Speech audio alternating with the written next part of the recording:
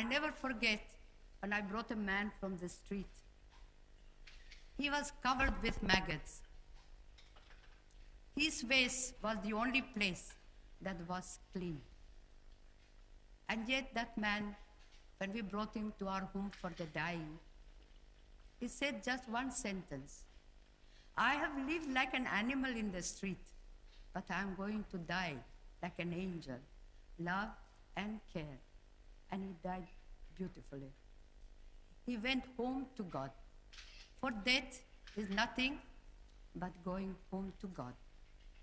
And he, having enjoyed that love, that being wanted, that being loved, being somebody to somebody at the last moment, brought that joy in his life. And this is what I bring before you, to love one another until it hurts. But don't forget that there are many children, many men and women who haven't got what you have. And remember to love them until it hurts.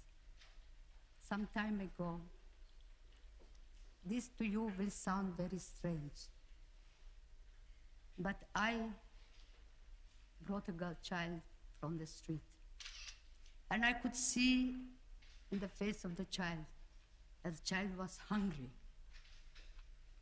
God knows how many days they had not eaten. So I gave her a piece of bread. And the little one started eating the bread crumb by crumb. And I said to the child, eat the bread. Eat the bread. And she looked at me and said, I'm afraid to eat the bread because I'm afraid when it is finished, I will be hungry again. This is a reality. And yet there is that greatness of the poor. One evening, a gentleman came to our house and said, there is a Hindu family with 8 children, have not eaten for a long time. Do something for them. And I took rice and I went immediately. And there was this mother, and those little ones' faces, shining eyes from sheer hunger. She took the rice from my hands. She divided it into 2 and she went out.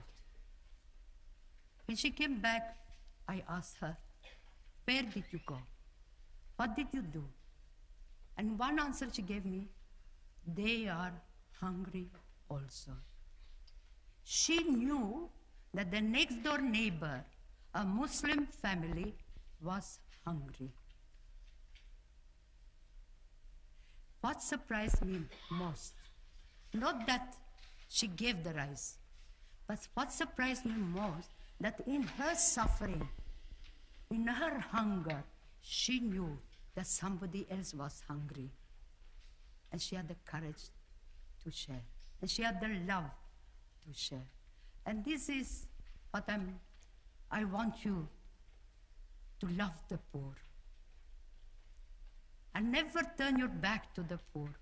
For he had made himself the hungry one, the naked one, the homeless one, so that you and I have an opportunity to love him.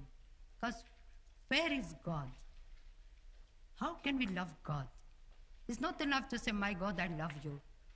But my God, I love you. Here. I can enjoy this, but I give up. I could eat that sugar, but I give that sugar.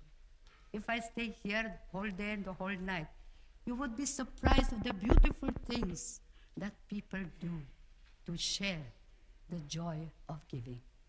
And so my prayer for you is that through we bring prayer in our homes. And if we really believe, we will begin to love. And if we love naturally, we will try to do something. First, in our own home, next door neighbor, in the country we live, in the whole world. And let us all join in that one prayer. God, give us courage to protect the unborn child. For the child is the greatest gift of God to a family, to a nation, and to the whole world. God bless you.